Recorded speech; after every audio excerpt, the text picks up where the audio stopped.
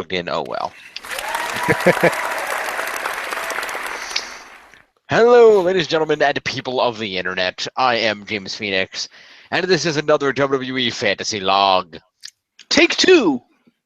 Yes, if you've been watching our channel, you might be aware that we tried to do this once before, and out of slight technical difficulties, my internet went out for 2 hours. So that didn't work on Monday night, so we had to delete that one. So we're going to do this proper now. We are going to talk about Survivor Series 2016 from this past Sunday. This is our Season 1 finale, people. It's been 3 months. So, per our rule, every 3 months, we will start a new season, reset the scores, and there will be a draft to shake up the rosters. It's time to shake things up again. And so we'll be doing that in the next video. But right now, we're going to do Survivor Series and get the final scores for Season 1. Except, unlike Vince McMahon, we're actually going to shake things up. Oh, we are, because I always get what I want. And what I want is competition. Apparently, you don't always get what you want because I'm winning. By a lot. I didn't say I wanted to win. I said I wanted competition. But we'll get to that. Right now, we're going to do Survivor Series. With me, of course, as always, Jeff and John. Hello. And yeah, this was a thing. Unfortunately.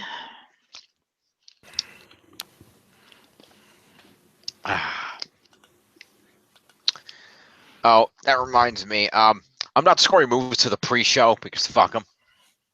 Okay. So I'm going to give Kane victory points over Luke Harper, and I don't even know who was in the fucking Cruiserweight match. I don't think anybody cares. So we're not even going to bother with that. So we're going to just go ahead and do what it is we do. So, do we get a spreadsheet? Sure, why not? Yay. So, look at the scores on the right side over here. Of course, Team Shield still in first place at 59-14. Coming up in second at 50-44 is You Can't Team That, and Team Club trailing at 43-82.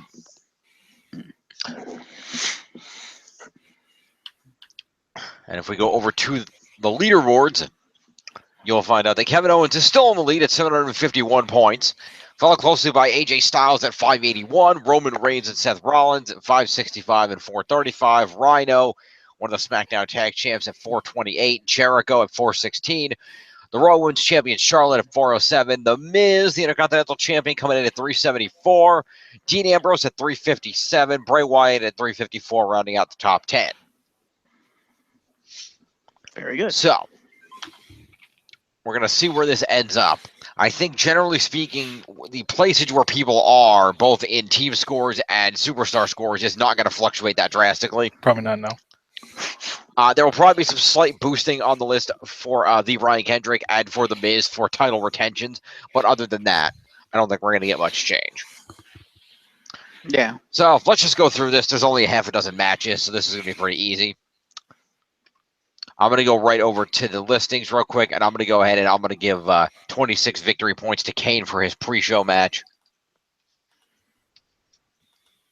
Their 6 is 161, and Luke Harper's going to get 5 points for participating in that match. Woo! The fuck is... Oh, here it is over here. It's going to put... 89. Okay. So that's that. So now let's move on to the actual program at hand as I bring up the results. So we open up our Survivor Series with a 5-on-5 women's elimination match. SmackDown's 5 best women versus Raw's 5 best women. That being, for those of you that aren't aware, Sasha Banks, Alicia Fox, Nia Jax, Bayley, and Charlotte Flair of Raw versus Nikki Bella, Carmella, Becky Lynch, Alexa Bliss, and Naomi of SmackDown. You can tell when Naomi is one of your best 5, you have problems. Well, Eva Marie's still recuperating on a beach. But is she really better than Naomi? I mean, that's... I give her credit. She designed the Universal title. Yeah. Nobody likes that belt. Except for Kevin Owens. I think he likes it because he has it. I don't think he's like, this is the best belt because it's so pretty. I think he's like, this is the best belt because I have it. Fuck everyone else except Jericho. The fuck Jericho too. I'm gonna destroy your fucking list. Yeah. Get there. I believe Corey Graves said it best in the commentary. Kevin Owens only cares about two things, and that's himself and that Universal Championship. And then occasional third, his best friend Chris Jericho. I might be paraphrasing, but that's something in the effect of what Corey Graves said. Anyway.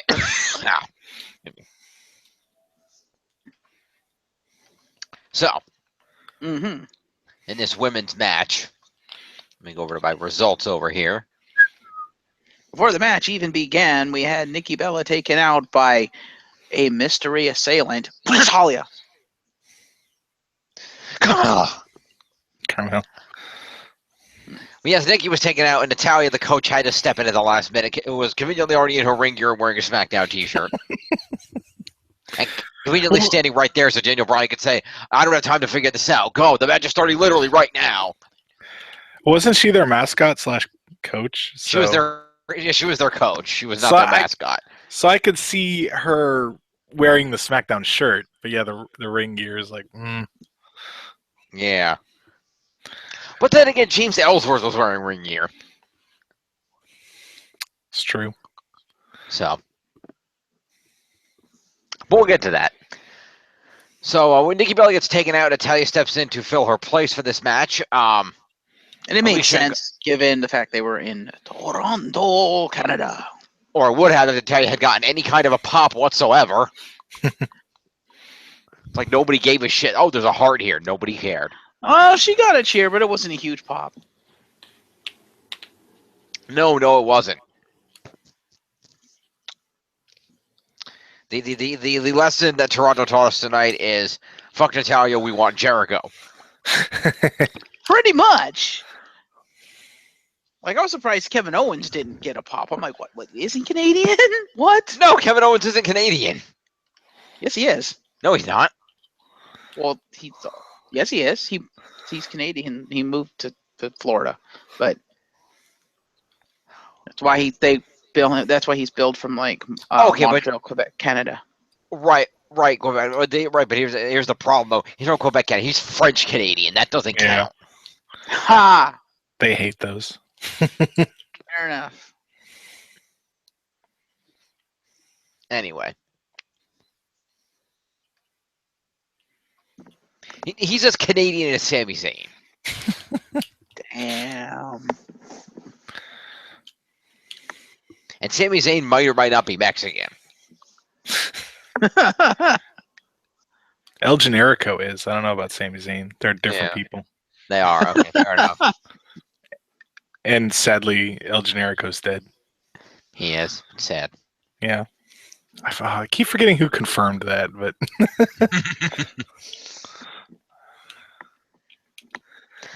Fair enough. Anyway, back over to the recap of the program. Yes. Let me move this window over here. Okay, so Alexa and Carmella opened the matchup. Carmella hit not a Bronco Buster. Becky and Bayley got tagged in. There were a lot of women tagging each other in. Arguments on both sides among rivals. There were some Charlotte and Sasha problems on the one side, and some Alexa and Becky problems on the other side. The first elimination came when Alicia Fox axe kicked Carmella, or something that I think was supposed to be an axe kick. It was a little hard to tell because it's Alicia's axe kick, which I thought they took away from her because she nearly crippled people with it, but apparently not. She got better? No, she didn't. That's her OMG. There you go. I would believe that. It's like, so you're going to still let her use this shitty axe kick, but you're not going to let Naomi use the awesome head scissor DDT that was way more flush when she did it than Alexa's move? Really? Come on. Imagine Naomi doing a head scissor DDT with her light up shoes. That would look awesome. In the dark. Yeah, in the dark, yes. Then she probably really kills the crap of somebody, but no. Probably. But we wouldn't know until later. That's true. That's true. Yeah, we would if it's in the dark, because if she actually killed someone, all you'd hear is dung, dung, and you just see Undertaker walk out with a coffin.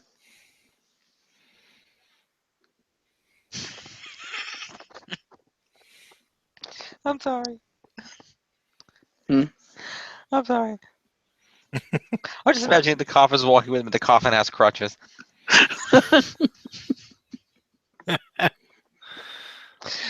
Okay. Anyway, back to the women's match.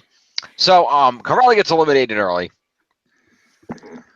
That's shortly after Alexa pops in and takes out Alicia, I should say. Naomi suicide dives on everybody out on the floor. Nia comes back and slams Naomi into a ring post and then takes her out. Lets her get counted out for a 10 count. Back in the ring, Sasha hits some double knees on Natalya a couple times, goes to the back stair, but it gets broken up.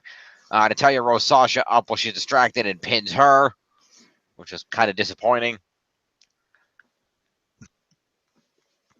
And Charlotte comes in. Natalya hits a powerbomb, puts her in a sharpshooter, but Charlotte gets out of it thanks to Dana's help.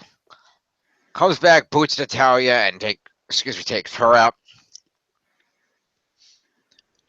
Becky and Alexa try to double team Natalya, but then they both get hit with a vertical suplex by her at the same time, which was cool. I gave Nia OMG points for that, by the way. And then they try to take her out. Becky taps her out to disarm her, gets her out of there. Then Charlotte and Bayley versus Becky is left. They go back and forth. Becky fights Charlotte for a while. They go back and forth, getting out of each other's moves. And finally, Bayley hits a Bayley to belly and gets the win on that. And then Charlotte beats Bayley up after the match. So there you go there. So by my score count, I'm just going to run in order here. Mm-hmm. So Carmella had one move, the not Bronco Buster. Carmella gets, this is a pay-per-view, so 8 competition points, and 1 for the move is 9 points, Carmella. Specialty match type. 3, okay, fine, 166 then. At least I assume we're counting Survivor Series as a specialty match. Yeah. You're right, we should. Then we got Alicia Fox had the 1 elimination, and a move is 4, so that's 8, 9, 10, 11, 12, and 3 for the specialty is 15 points, Alicia.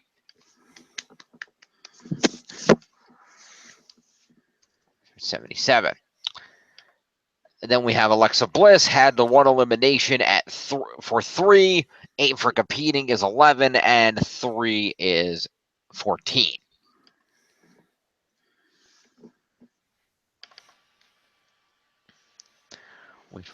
Let's see, 23, 227. And then Nia Jax had an elimination plus the OMG for the double suplex. So that's 8 points, plus her 8 for competing is 16, and 3 for the specialty match is 19 points. So that puts it at 68, and then 9 is 177. And then we got Sasha Banks had 2 for the 2 sets of double knees, which will give her 8, 9, 10, 13 points. Sasha Banks. 90, put her at exactly 300. Not 3,300. The hell, trying to boost your score, dude? What the fuck? And then, let's see. Natalya had 1 elimination and the sharpshooter that she applied. Mm-hmm. So that's 4 points for Natalya, plus the 8 for competing is 12, and 3 is 15, Natalya.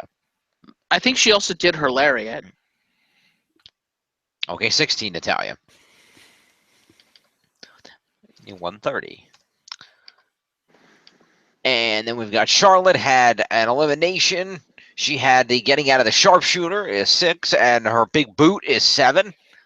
So 7 points plus the 8 for competing is 15, and 3 for the specialty match is 18.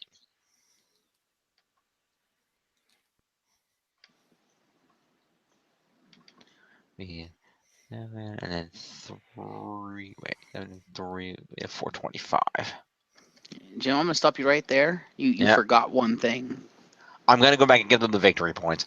Okay, I was going to say you didn't give the Raw team the being on the. I am fully aware. Thank you. I was gonna do this first and then go back and do that. It was gonna be easier. Becky has let's see, 5 move points and 3 for an elimination. So that is 8 points plus 8 is for the competing is 16, and 3 for the specialty match is 19 points. Becky Lynch.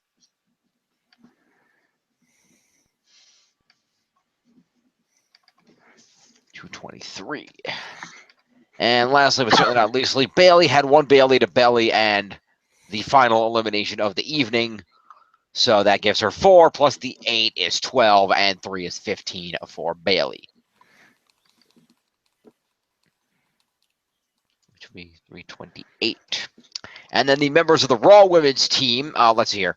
Well, Bayley also gets, let's see. What does Bayley get? Bayley gets 30 points for winning the match. Yeah. And then she gets another 10 for winning a specialty match.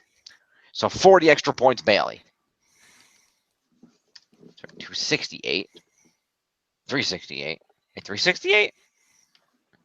Yeah, 368. Wow, okay. 368. And then all the members of the other 4 members of Team Raw will receive an additional 15 points. So 15 points, Charlotte. Puts her at 440. And 15 points to Sasha Banks. Puts her at 315. And 15 points to Alicia Fox. At 87, which would be 92. And 15 points for Nia Jax at 87 and 8, 9, 9, at 193. Okay. There's more points to be given out you completely forgot about. What? Why are you so pissed off?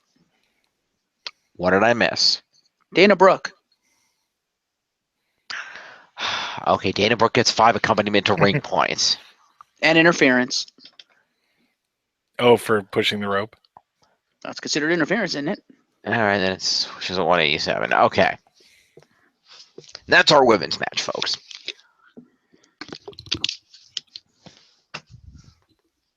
Alrighty then. All right, moving along. We get to the back, and James Ellsworth walks around and gets accosted by the club. And then McFoley sticks up for him and then tries to sign him to Raw. So, promo points James Ellsworth. And the club. And the club. The club. 144. And then the club members each get 8 points. Let's see. That puts us at 60. And Carl Anderson gets 8. It's going to put him at 72. And McFoley doesn't get points. Okay. Then we have ourselves an Intercontinental title match. The Miz defending against Sami Zayn. This match sucked. It's a good match. It's just the ending that sucked. The match was okay. I like the women's match better. Really? That match sucked. It would have been better, but it was sloppy. Yeah, it was sloppy, but the ending, I was like, okay, it's okay. Yeah. And it wasn't terrible. Not like most of the matches on this damn card were terrible. So, oh my god. Yeah. But yeah, you want to talk about sloppy? The finish of this match was the sloppiest shit I've ever seen. It was bad, yes. Not really. It's not sloppy. It's just cheap. Yeah. No, it was sloppily executed, in my opinion. But anyway. Not really. Okay, bell rings, hold breaks, dude gets rolled up. It's kind of a straightforward Dusty finish. Except dude gets rolled up, clearly kicks out at 2, bell rings, and ref ignores the fact that dude kicked out at 2. It's like, wait, what? He didn't kick out at 2. His shoulders were still down. He kicked out at 2. Go back and rewatch it. He kicked out. It was 1, 2, and he kicked out. And I think number one, I think Maurice missed her cue because it was 1-2 kick out, and then she rang the bell. The ref got up, turned around, completely ignored the fact that he just saw Sami Zayn kick out at 2, and was like, "What? Okay, I guess the Miz wins." I'm like, "You saw him kick out." No, Maurice didn't ring the bell. The ring guy rang the bell. No, Maurice rang it. No, she didn't. She rang it the first time. Maurice rang. For God's sake, Maurice rang the bell when Sammy had the submission hold applied to the Miz. Because it sounded like she rang it the second time too, because it didn't do the forward, like ding ding, and then it just abruptly stopped as Maurice ran out. No, at 3, ding ding ding. They did 3 brief ones. That's not what I heard. Well, you heard wrong. Either way, whoever it was fucking sloppy. They completely missed their cue because they was clearly rung after Sami Zayn kicked out. But it doesn't matter if it was wrong as long as the 3 count was made. But that's my point. Again, for like the 5th time, it wasn't made. 1, 2, Sammy kicks out, ding, ding, ding. And the ref just doesn't care that he never counted the 3. I'm like, really? Are you sure the ref didn't count the 3? Positive. I don't know about that. I'm positive because when I saw the replay of it, which they showed, because they kept showing the replay, Sami Zayn quite clearly kicked out at 2. I don't know about that. It's pretty clear 3 count to me, but okay. I'm 100% positive. What do you think, John? You saw it, right? You saw the pay-per-view. Yes, I don't. I don't know. I don't remember it looking like he kicked out beforehand, but Thank you. I don't know. I was more annoyed that that the ref just is like, "Hey, someone rang the bell and they weren't supposed to. Oh, I'm gonna immediately go and count this pin," instead of being like, "No, back the hell off." Yeah, there's that too. I know they don't do that, but it's like, wait, why don't they do that? Whenever there's some shenanigans, they're always like, "Okay, back off to your corners, now go again." I don't know. I know kayfabe stuff, but Yeah.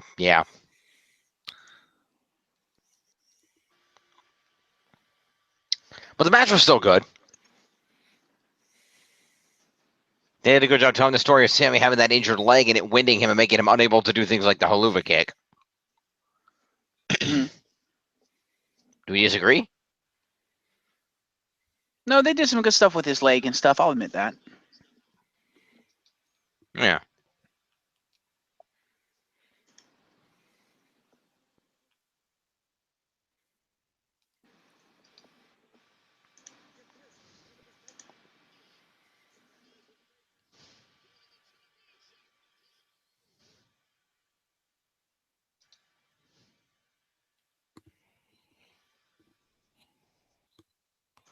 All right, so we'll go on.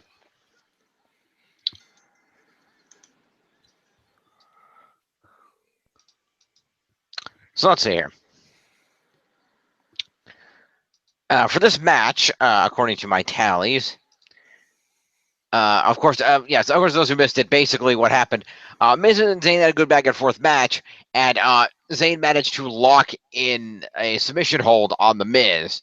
It was his own figure 4, actually. Yeah, and yeah, the ref did make a 3 count. I never saw the first count because the ref was fucking sloppy. Okay. But yeah, I just went back and rewatched the end of it. Yeah, he does.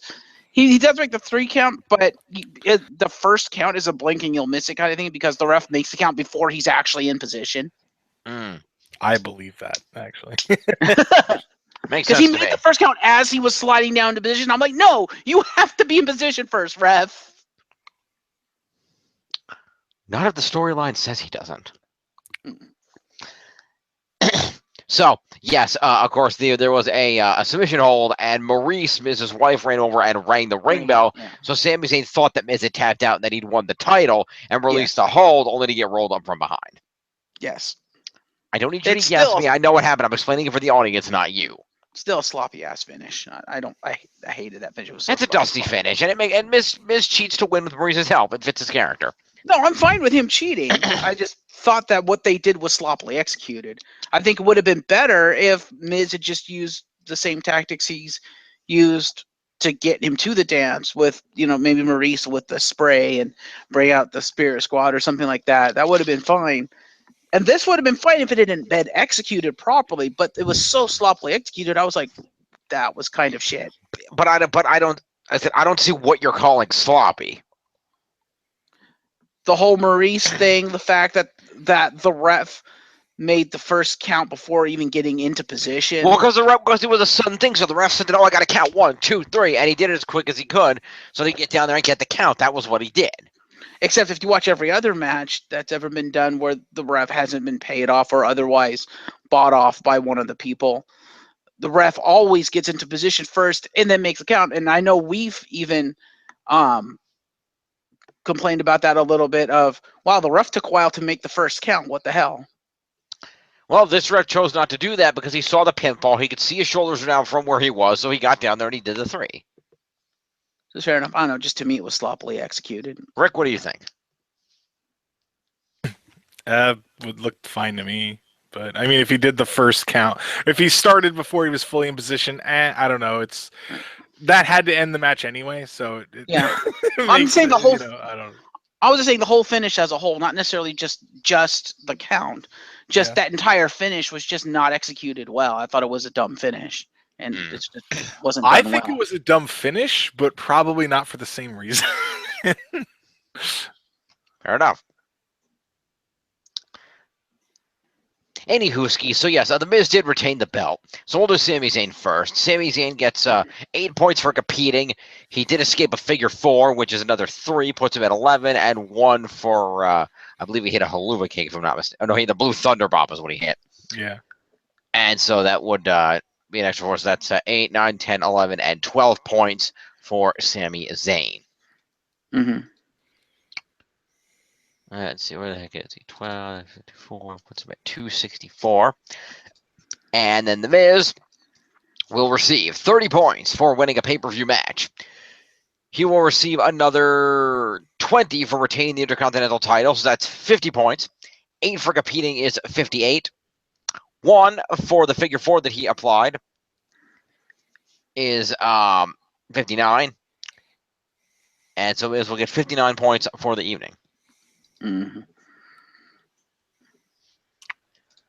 Let me see here.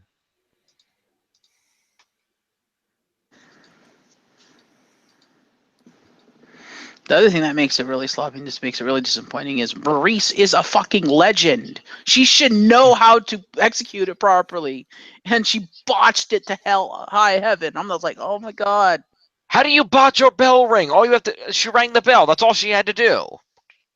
Did you hear her ring the bell? It was sloppy as shit. It did sound really weird. It didn't quite sound like a normal. She was excited. She hit it a bunch of times because she was concerned for her husband. It happens. It's called acting. Not good acting. Well, she was in a WWE films, so yeah, I'm not sure we can call it acting. He has a point. Mm. Yeah, but her husband is a Hollywood A-lister. She has no excuse. Don't forget to give Maurice points, by the way. Yes, I will give Maurice points. And Maurice will get herself... technically, that's an interference, so that's 6 and 5 for the accompaniment is 11. Woohoo! And you want to hear the thing that makes this entire match stupid and irrelevant? Mm-hmm. Okay. Do you know why Miz was the champion going into this? Because they needed a heel to fight Sami Zayn? Exactly.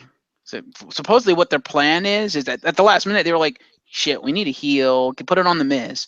And so supposedly their plan, and we'll find out in a month if it's true or not, but their plan is to put the belt back on Dolph Ziggler at TLC because they want Ziggler to be the champ, fuck the Miz, but they needed a heel.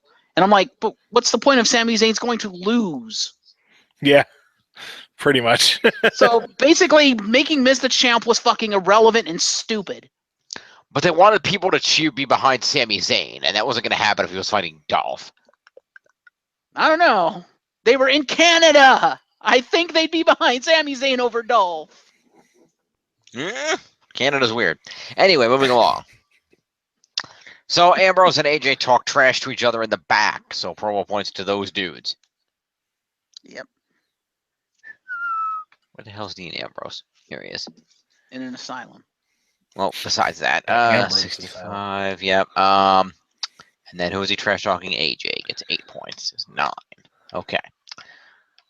Rolling along, it's time for a 10-on-10 elimination tag team match, playa. Thank you. You're welcome.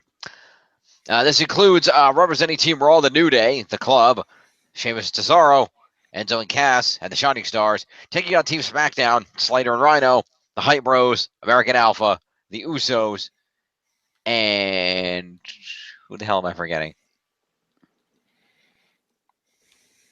Oh, and Breezango. Wow, the recaper didn't even write Breezango on the team list. They got eliminated that fast. He forgot they were there. Also, fuck this match. This match fucking sucked. Worst match of the night. No. Fuck the beginning of this match. And the last 20 minutes of it were awesome. Yeah, I liked the end of it. No, fuck the end of the match. That's the part I hated the most. Just that was great. The Usos got to go chase Cesaro. They were competing like fuck. That was great. Fuck you. Yeah, but remember he adopted Mole's philosophy of two people that don't like each other shouldn't work well together, regardless. So, therefore, it's terrible. Fair enough. Well, no, it's number one. They were just thrown together, so they're not actually a legitimate tag team, and they've not been built. They've had enough time to build them up as one, but they're going with the whole gimmick that they don't like each other. And I'm like, so you have a team of two guys thrown together that don't like each other, so therefore they're not built up as a legitimate tag team, going up against a multi-time tag team champions? Are you fucking kidding me? And they win? No. Well, the idea is that they argue with each other, but they still win. And I point out to you, Sheamus is a multi-time world champion, and Cesaro's had mid-card titles. The Usos haven't had shit compared to that. But the difference is, because the Usos are tag team champions, they know how to work together and have had multiple successes working together. These two aren't. The whole storyline of Sheamus and Cesaro is that they can't work together, and yet I'm supposed to buy that they could beat a team that work well enough together to have multiple title reigns? I don't think so. But the thing is, they don't have to work together. They just have to work well individually in the vicinity of each other. Not when you're in a tag team match like that, especially going up against. It worked perfectly because Cesaro applied a submission hold, and Sheamus just happened to bro kick the other dude out of his mind when he tried to interfere. It worked. I don't agree with that finish. That if they had used like one of the other like lesser tag teams, like the Hype Bros or something, okay, fair enough. But when you take the most legitimate tag team on the SmackDown roster and you have them lose to two knuckleheads that can't even get on the same page, that's bullshit.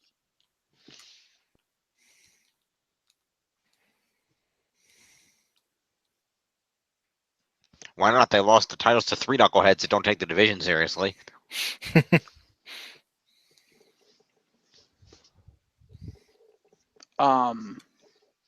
No. What do you mean lost the titles? Oh, the New Day?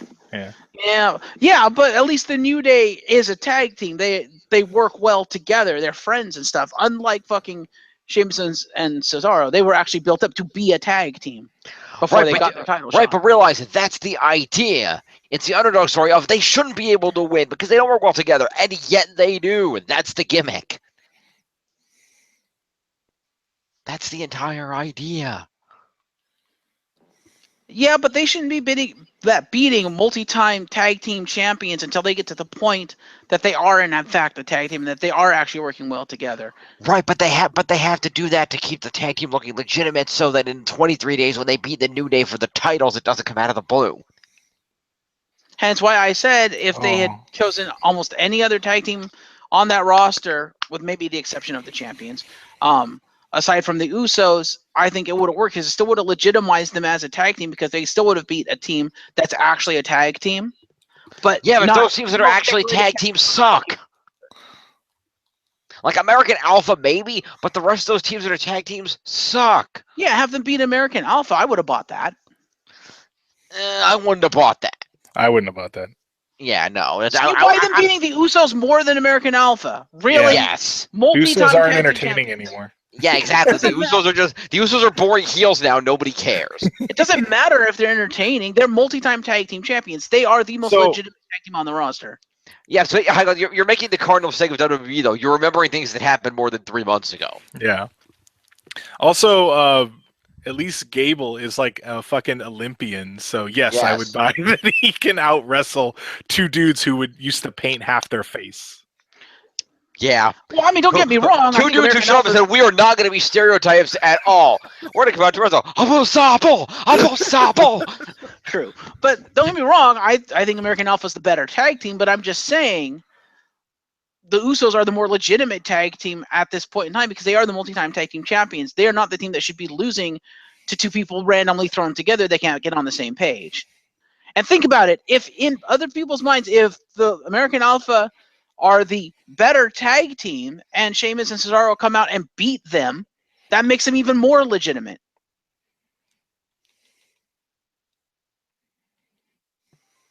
Right, but then you render it right. It makes them look legitimate, but it makes it even less likely that they would do so, and it makes less sense. By having to beat the Usos, a team that are established to be good, but they haven't been relevant in a while, you get that balance of believability of they look really good for beating them, but it doesn't look unbelievable. Yeah, well, we'll disagree to disagree then because I don't like the fact they beat those. Well, that's fair enough. We don't have to agree on everything. Although I will say I am waiting for the day when American Alpha breaks up and Chad Gable pursues a singles career and he starts it by breaking his neck. I'm waiting for the day when Chad Gable starts a singles career, or when they split up to start their singles career, and fucking Jason Jordan comes out to do do do do do do.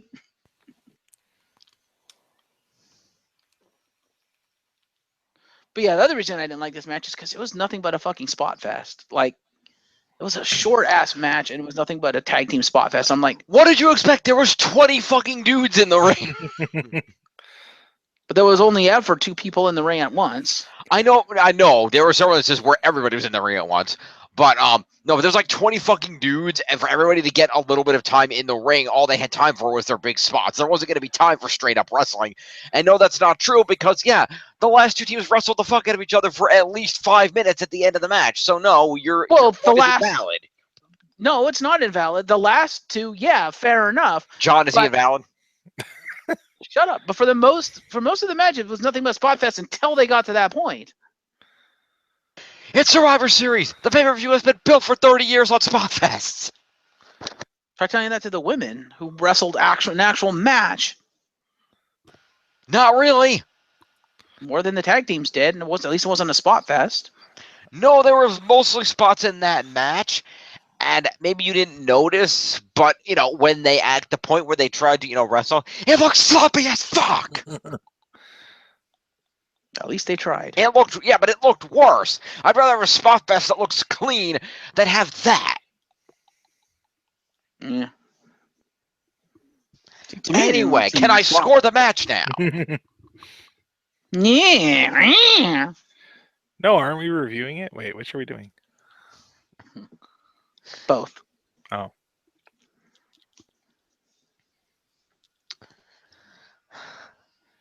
Normally I'd say fine, we'll go on about it, but we have at least one more video to do tonight.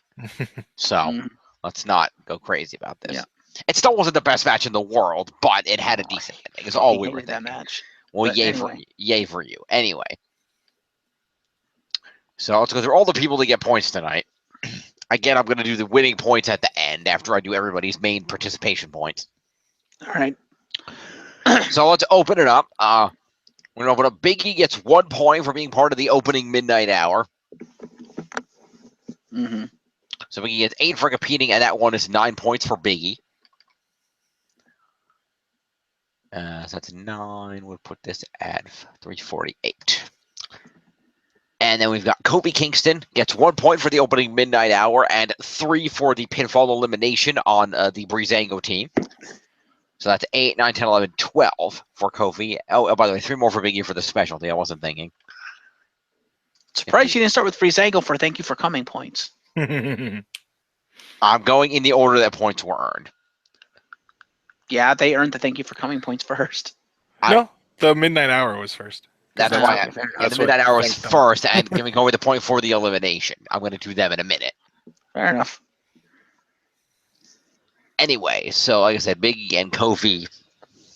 So what did I say? Kofi got 8 for competing, 4 for that is 12, and 3 is 15 Kofi.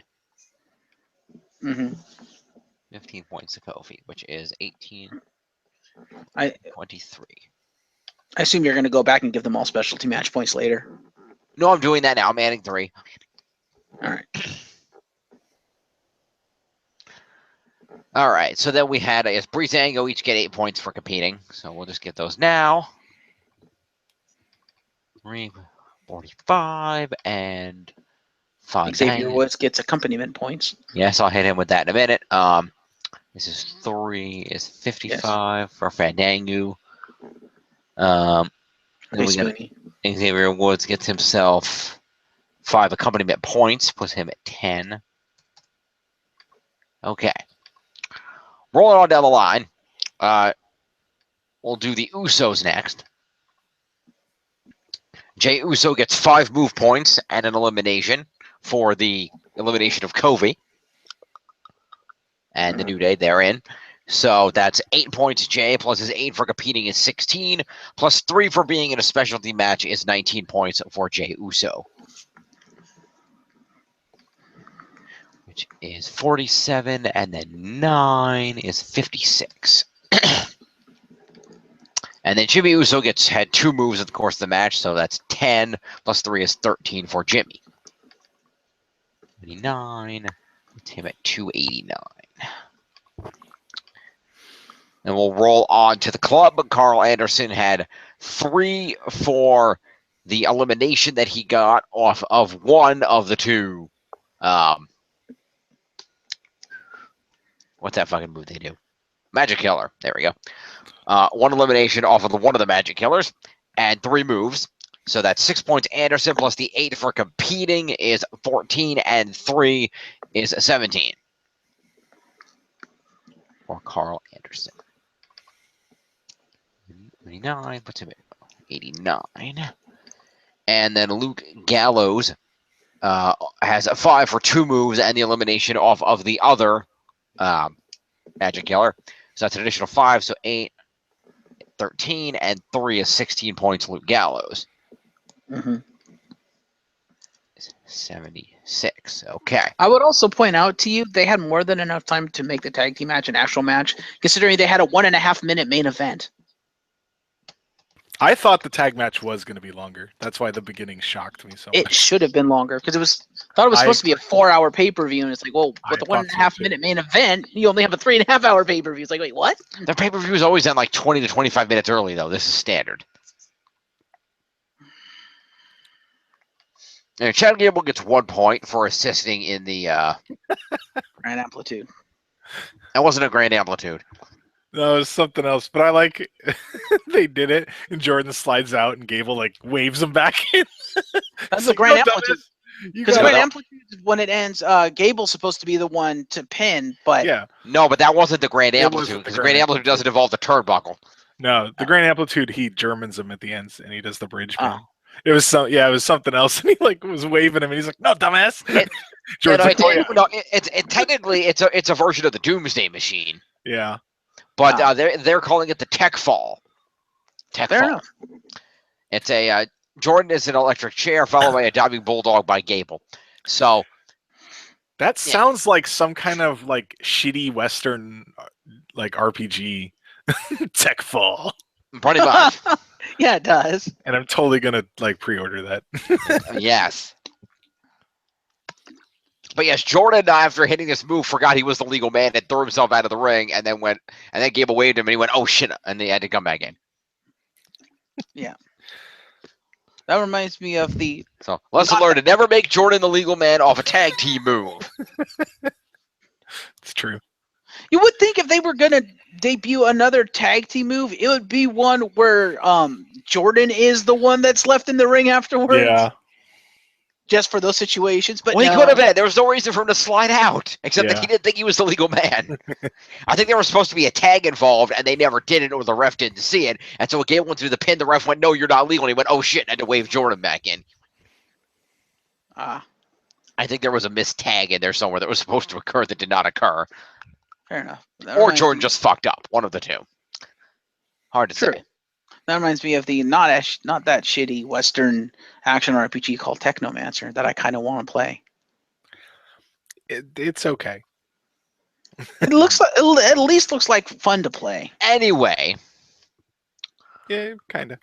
So Chad Gable's going to get 8 points for competing. 1 for that move is 9, and 3 for the specialty match is 12 points to Chad Gable, which conveniently puts him at exactly 200 points. Nice. And then Jason Jordan is going to get 1 for that move, and 3 for the accompanying elimination is 4. With the 8 is 12, and 3 for competing is 15 for Jason Jordan. Which will put him at, let's see, that's 201, and 5 is 206 for Jason Jordan. And then Rhino hit 1 Gore, and I believe he got an elimination off said Gore. Wait, Jason Jordan only got 5 points? No. He got 15. Oh, he said 1 plus 5 is 6. I'm like, wait, he only got 5 points? I added the 10 without saying it out loud.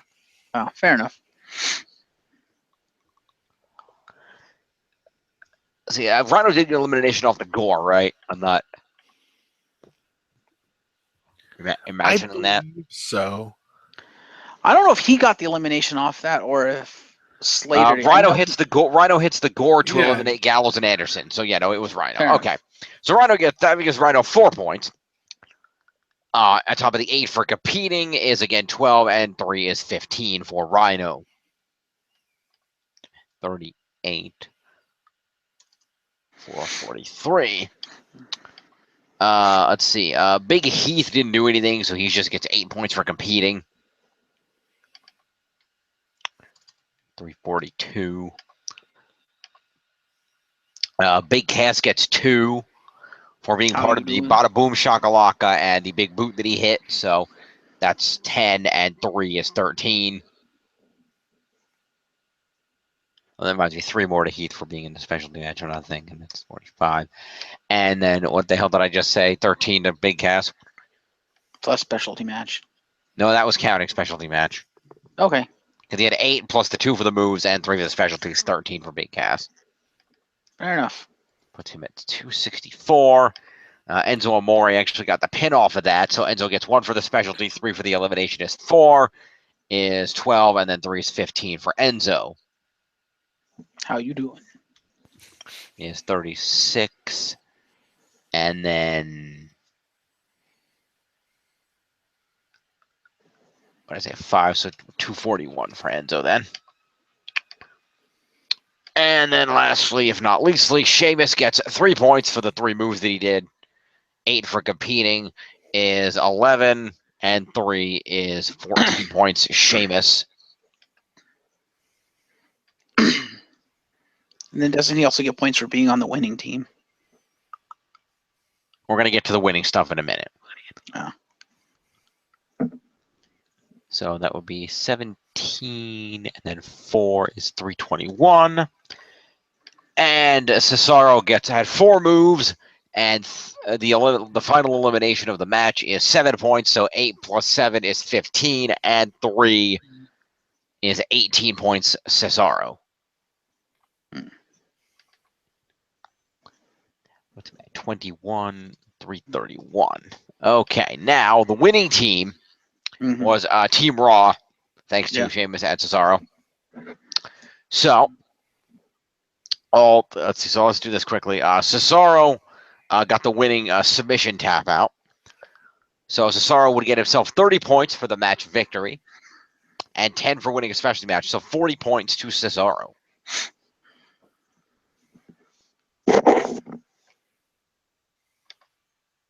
That was him to 371. And everybody else on that team will get 15 extra points. And wait, no, 15, and then the specialty win. No, only specialty win is him. So yeah, just 15. Okay. 31, 36 for Sheamus. Let's see. Technically 15 for the Breezango members.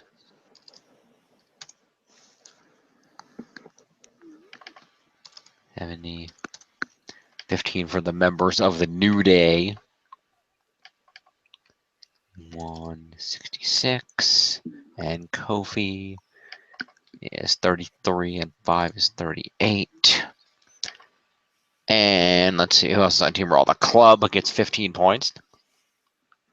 86, and 5 is 91, and Carl Anderson Comes at 99, and 5 is 304. And who else is on this Team Raw? I got the New Day. Wait. Why did I give Breezango points? That's the wrong team. Why didn't somebody correct me on that? Didn't hear you say Breezango. I said Breezango. Fucking wrong team. Okay. Anyway, so I got the New Day. I got Sheamus Cesaro. I've got the Club. Did you give any points to the Shining Stars? Oh, I didn't give Shining Stars any points at all. Yeah. Wow. That's what they get for trying to sell me a timeshare. But anyway, let me give Enzo and Cass their 15 first. Mm-hmm. So that would be 74, and 5 is 79. Put and that picture in there, you'll sell more brochures. Yep, 51, and another 5 is 56. Did you even give anyone credit for eliminating the Shining Stars? Yes, the elimination credits were given to everybody. I pre-scored all that. So Shining Stars, let's see here. They're over here. So Epico, let's see. So Epico's going to get... they didn't do any moves in the match. They just did a lot of running around. So, therefore, they're going to get 8 points for competing and 15 for winning. Is going to be 23 points to each member of the Shining Stars. Plus specialty match? 3... I didn't count specialty in there? I don't know. 46 then. I didn't know what the 8 points was. I thought that was just for... Yeah, 8 points is straight up competing, yes. So, so 8 plus the 15 is 23, so it's 26 then. So 26 plus 9 is 35, so 135. Okay. And that's your tag team match, ladies and gentlemen. Mm-hmm. I would also like to say there's a possibility that the New Day are not going to lose their titles, at least not to Cesaro and Sheamus, because there's a rumor going around that Cesaro may be going to SmackDown. Hmm? Yeah, I heard that rumor. I was like, Didn't he want to a while ago? Yeah, based on a series of tweets that happened prior to Survivor Series and a tweet that Cesaro put out after Raw. Oh. There's a rumor going around he might be going to SmackDown. Fair enough, we shall see. That is where he wanted to go from the draft, and then he was disappointed that he was on Raw. Yeah. So, I'd want to see who SmackDown traded to Raw for him. Kalisto. That would make the most sense. Yeah. Also, I think Sami Zayn also wants to go to SmackDown. I'd take that. I would like to see him there too, but there's not enough screen time on SmackDown for all these guys. Baron Corbin to Raw? What? That would actually not be a terrible idea. I would not mind Baron Corbin going to Raw and starting a feud with, say, I don't know, who's Braun Strowman. Yeah, that would be interesting. But no, a believable feud if he were to go to Raw and feud with who's in the mid card on Raw not doing anything. Braun Strowman. Sami Zayn. No, we're talking about trading him for Sami Zayn. I know, but that's why Sami Zayn. Actually, if you wanted something that would actually I don't know. It'd be interesting to see. It wouldn't be at all good from a wrestling perspective by any stretch of the imagination, but I could see them doing it. They could have him go fight Roman Reigns for a while. That could work. Because they'll try to push Roman as a face, even though nobody wants that. Because he's Cena now.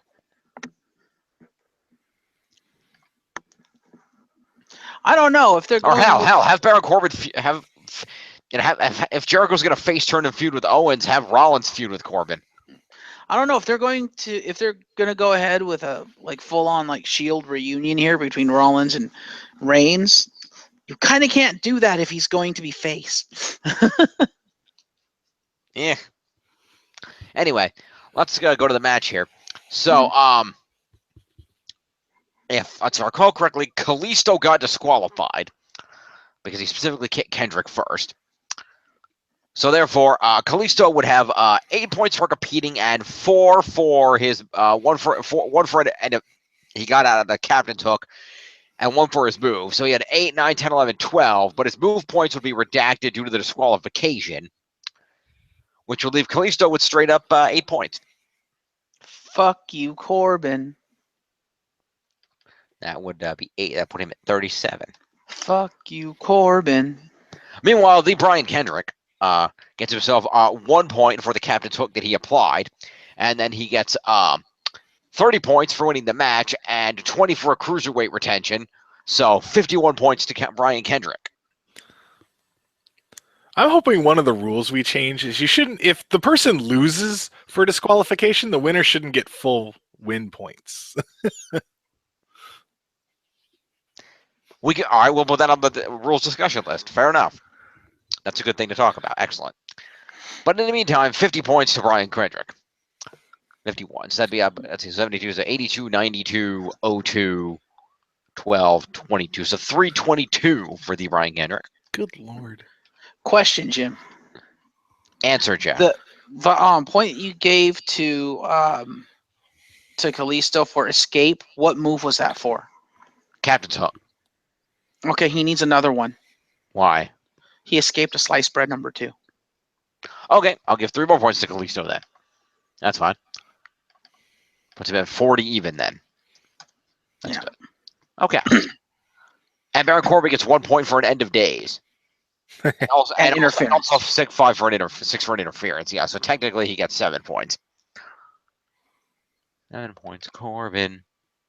I bet he's glad he got those 7 points instead of, being on the team, the actual Survivor Series team. Yeah. He probably does. His team lost. Yeah. His team won. What are you talking about? Oh, right. He was on the SmackDown team, wasn't he? Idiot. Not used to him being on SmackDown. Anyway. So that was the Cruiserweight title match. And that leaves us with our men's 5-on-5 elimination match. Yes. So here goes this clusterfuck. Scroll on down here. All right, so what happens here? Let's see. See, this was actually a good match. So the match opened up. There was some back and forth. Jericho reminded Ambrose that he owed him $15,000 for the jacket he destroyed. Continuity. Boom. And we had a lot of back and forth. The guys all run in and all beat each other up. The crowd chanted for Ellsworth. There was significant brawling around ringside. Reigns and AJ were going at it in the ring. Reigns ate a Pele kick. More outside. Crazy things going on. We'll go to each thing as we go through people's points. Mm-hmm. Now, let's open up with Dean Ambrose. So Dean Ambrose has 1 point for the triple powerbomb, and 3 for the elimination that he or was it a move evasion? I don't remember. I think he dodged a phenomenal forearm. I think that's what that was. I think it's a move evasion. So that's 4 points for that, and I also collectively I did give each member of the Shield 5 points for the triple powerbomb through the table as an OMG. Okay. Because fuck it. Ambrose should get 1 more point for the wacky line or lunatic lariat. He hit the lunatic lariat. All right, so I'll throw 2 to him then. Yeah. I can only do what's mentioned in the recap. Did Nia Jax get a point for doing that? No, I'm kidding. Huh. So, basically, that's going to give Ambrose 10 points on moves. And he's going to get 8 points for competing is 18 points. And 3 for competing in a specialty match is going to give him 21 points. And then 3 for competing in the main event is going to give him 24 points. That's not the main event. There's 1 more match. Should have been the main event. But he gets points for being on the winning team. But we're not there yet. But you might as well throw it in if you're giving him all the winning points and stuff now. I'm not giving him any of the winning points. The winning points are at the end. It's the 3rd match we've done this for. Oh, God. Goldberg gets main event points. He does. Goldberg.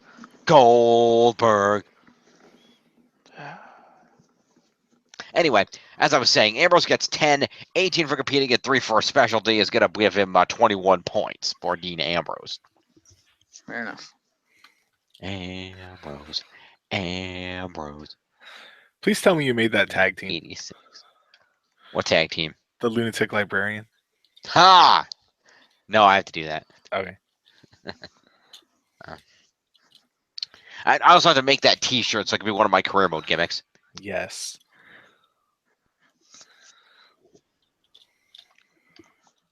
That and my Monkey Flip City T-shirt.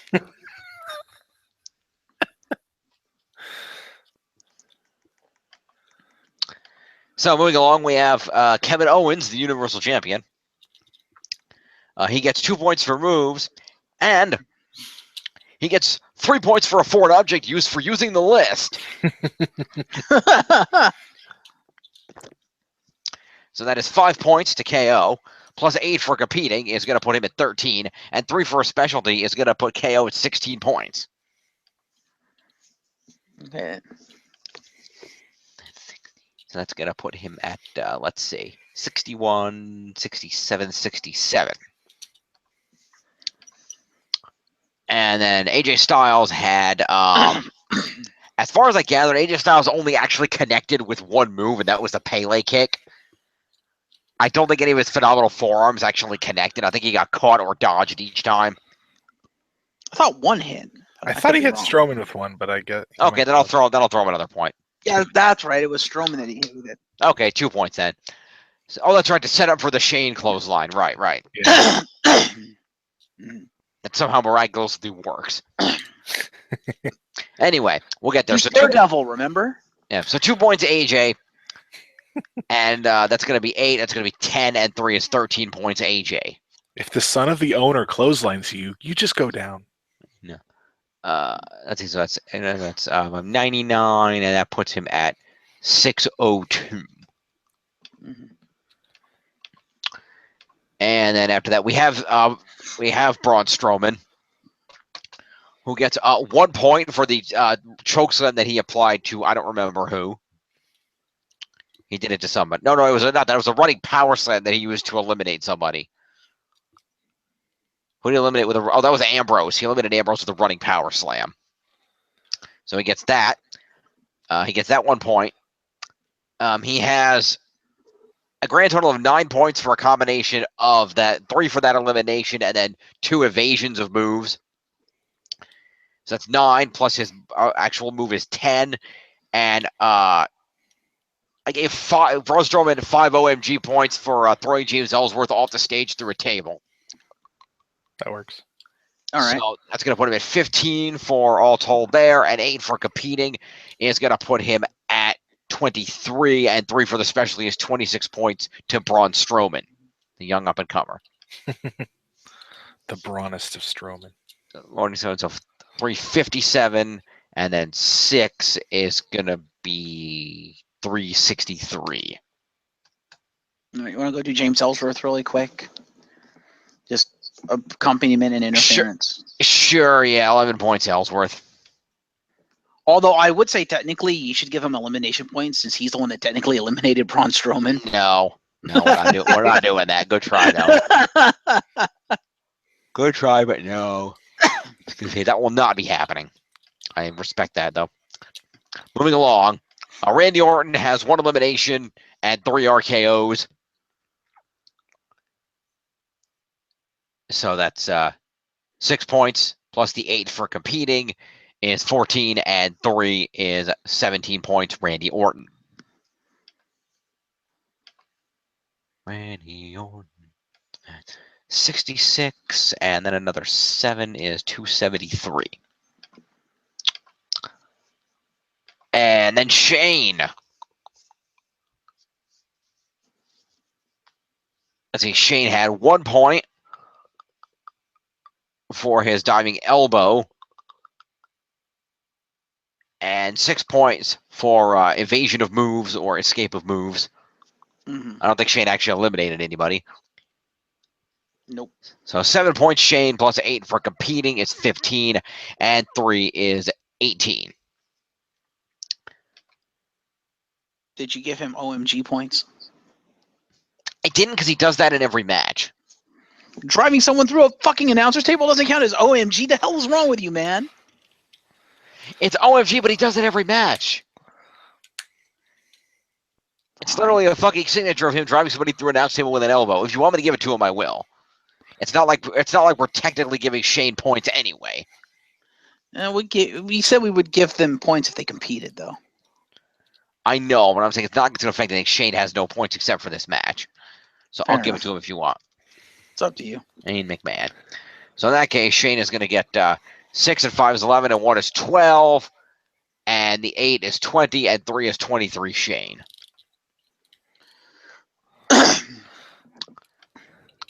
All right, James Ellsworth, we already did. Chris Jericho got 3 points. Plus 8 for competing is 11, and 3 is 14 points. Jericho. What's it, Matt? 430 even. That's nice. And then Roman Reigns. Roman Reigns had 7 moves. 3 for an evasion of, I don't remember what it was. Something. Coast to coast. That's right. He speared off the coast to coast. So technically that's 7, and 3 is 10, and 5 for the triple power bomb is 15. And then 8 for the competing is 23, and 3 for the specialty is 26 points. Roman Reigns. Is 85 is 591 for Roman Reigns. Seth Rollins had 3 moves, an evasion, because he escaped, if I recall correctly, I believe he escaped a pop-up power bomb. No, wait, that's the wrong team. But I think Owens attacked him anyway. But anyway, no, he evaded something. What the hell did he evade? Who's that? Who? Rollins. He got out of evaded something. Or did he just eliminate somebody? No one else got eliminated. Wait, did he? Who eliminated AJ? That's what it was. He eliminated AJ after the triple power bomb. That's what it was, because he was the legal man. Okay, so 3 for moves, one of which was the power bomb. 3 for eliminating AJ. 5 OMG points is 5, 6, 11. 8 for competing is 19, and 3 is 22 points to Seth Rollins. 47, 457 total for Seth Rollins. Luke Harper gets 6 points for interfering and 1 for a big boot. So 7 points to Luke Harper, which will put this at 96 for him. And Bray Wyatt gets 1 for the ending Sister Abigail and 3 for the final elimination. It's 4 plus 8 is that's 12, and 3 is 15 points. Bray Wyatt. 60, put him at 369. All right. Now for victories, Bray Wyatt is going to get himself 30 points for winning this match for his team. Mm-hmm. And then he's going to get himself 10 points for winning a specialty match. So there will be an extra 40 points to Bray Wyatt, which is going to put him at 409. Wow. Damn. He's got the whole world in his hands. No, he doesn't. Run. We don't run. We're champions. Anyway. So, 15 points to all the members of Team SmackDown. So 15 points to Randy Orton. It's going to put him at 83 and 5 is... Wait. 83 and 5 is 88. 288 for Randy Orton. And 15 points are going to go to Dean Ambrose, which is going to put him at 96 and 5 is 401 for Dean Ambrose. 401. 15 points are going to go to AJ Styles. He's going to put him at 617. 15 points are going to go to, who am I missing? Shane McMahon. Comes the money. 38 for that. And Dean, AJ, Shane, Orton, Bray. That's everybody. Okay. And then lastly, all points to Goldberg. Let's see here. Brock gets like 5, right, for showing up. Brock gets 8 for showing up, and he gets 3 for competing in the main event. So he gets 11 points for Brock. We'll give Brock 11 Brock points. the Conqueror. I like he got more points than people that actually wrestled. That shit's funny. All right, John, cue the elevator music while we take a 5-minute break. Technical difficulties.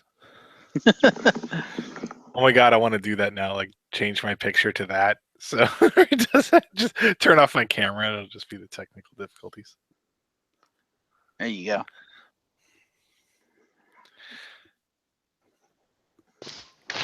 And then Paul Heyman gets a company into ring points. Paul Russ.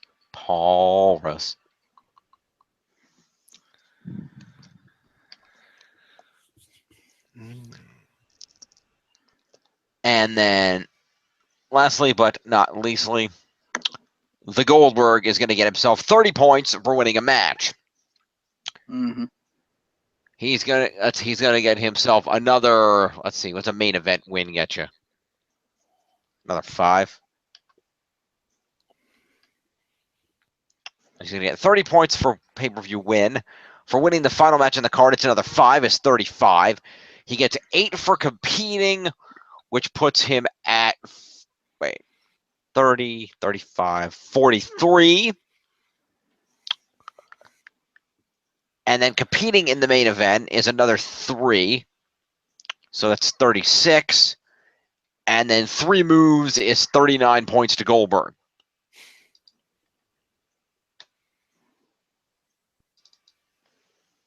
Which puts Goldberg at 71 points.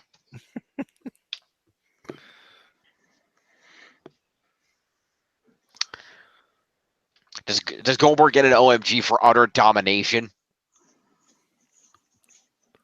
Sure. 76 then. What the hell? So have we decided yes.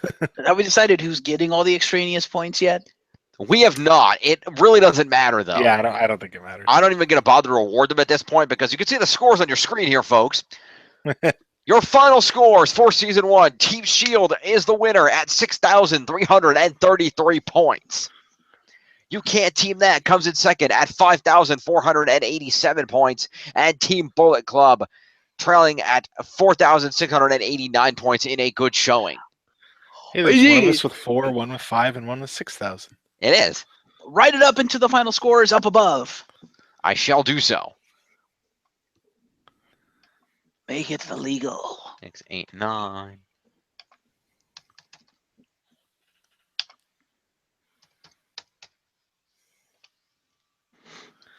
Ah, what the crap? No, I don't want to do that. Apparently putting Unicode text in there, apparently.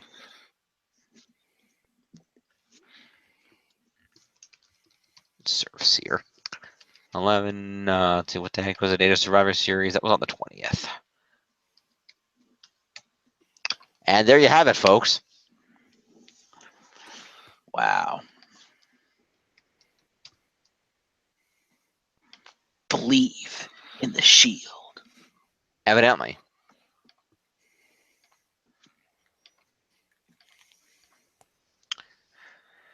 So, there's only one thing left to do, folks. Mm-hmm. Let's check out the final leaderboards. I approve.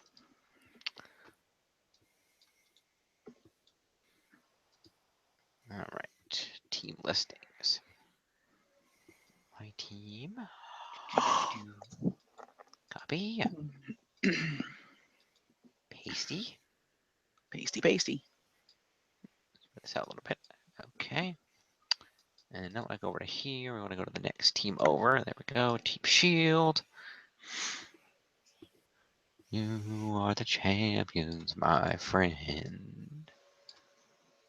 You will keep fighting till the end. You are the champions. You are the champions. You are the champion of the league. Right. The Universal Championship is better than the WWE World Heavyweight Championship.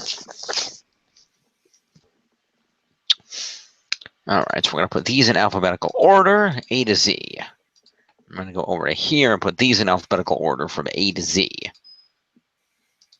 going to clear out all these scores. Whoa, jumping around. I'm going to clear contents on that. We're going to go over to here. I'm going to take the contents of this. Okay, yeah, do that first. Wow, what is your malfunction? I'll let you know in a minute. And All let's right. put So before don't do that. Don't sort it yet. Take the extra ones that we have and put them at the bottom because they should at least count for the leaderboards, for the final leaderboard. Fair enough, I respect that. Throw them in there. Whoop.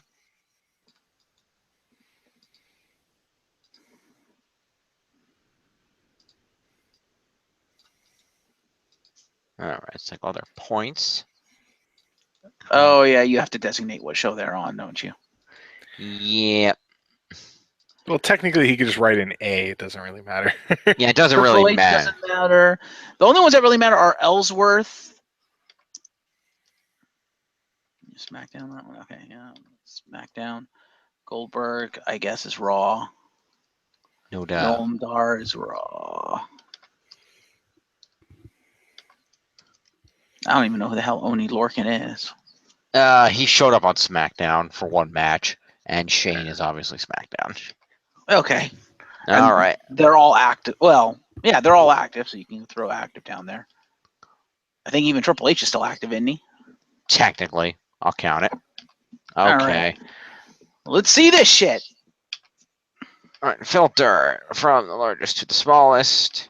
Expand. And, to no surprise, Kevin Owens, your overall point champion for Season 1 at 767 points. AJ Styles coming in second at 617 points. Strong showing for SmackDown Live. The Shield brothers, Roman Reigns and Seth Rollins, taking third and fourth, respectively, at 591 and 457. Rhino, one half of the SmackDown Tag Champions, at 443, holding strong at number 5.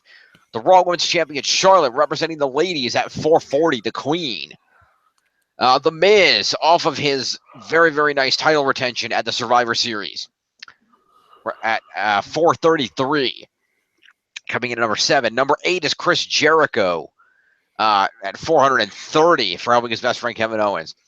Bray Wyatt, great showing for winning the Survivor Series match for his team, is at 409. Takes number 9. And Dean Ambrose rounding out the top 10 with his showing at 401. And Cesaro just barely under the top 10 off of his tag team match victory. And Bayley very close as well off of her women's match victory at the pay-per-view as well. And there's a Biggie, despite being early eliminated, still 3 points ahead of Braun Strowman. Nah. And right under Braun Strowman, Heath Slater. He's right there. He's number 15. Boom. Fair enough. Brian Kendrick got a boost up to number 18 right here. 18. Wait, what are we moving? We're adding one. So 20 then. Number 20 right there off of his. No, it'd be 18. It's one less. Oh, yeah. Okay. So 18 for his retention of the Cruiserweight Championship. Mm-hmm. So, there you have it, people. Let's go ahead and stop this. Season 1 is over. Season 1 is in the history books, folks. That was fun. That was incredibly fun. We hope you enjoyed it. We're going to keep doing this. We have no reason not to. There will be some amendments to the rules coming up for Season 2. Points will be awarded for some additional situations, some point adjustments for situations, and brand new rosters. Originally, we were just going to do a draft from each other's rosters, but we realized that both with the preseason and this, using the random draft, one team ended up with a distinct advantage over the others. So what we're going to do for our new draft that you'll see next time is we're going to actually, it won't be a blind draft. We're going to just draft the people by naming them. So that should make for a much more interesting draft. We get to pick. We get to pick. So stay tuned for that coming up. And the premiere of season 2, which will probably be on Friday. Yes. So stay tuned for all of that and much, much more. Thank you for joining us. This has been our Fantasy Log. Season 1 finale. Jeff and John, thank you for being here all season. Thank you. Thank you. We'll see you in a few minutes, folks. We'll be back for the draft. Stay tuned. And peace.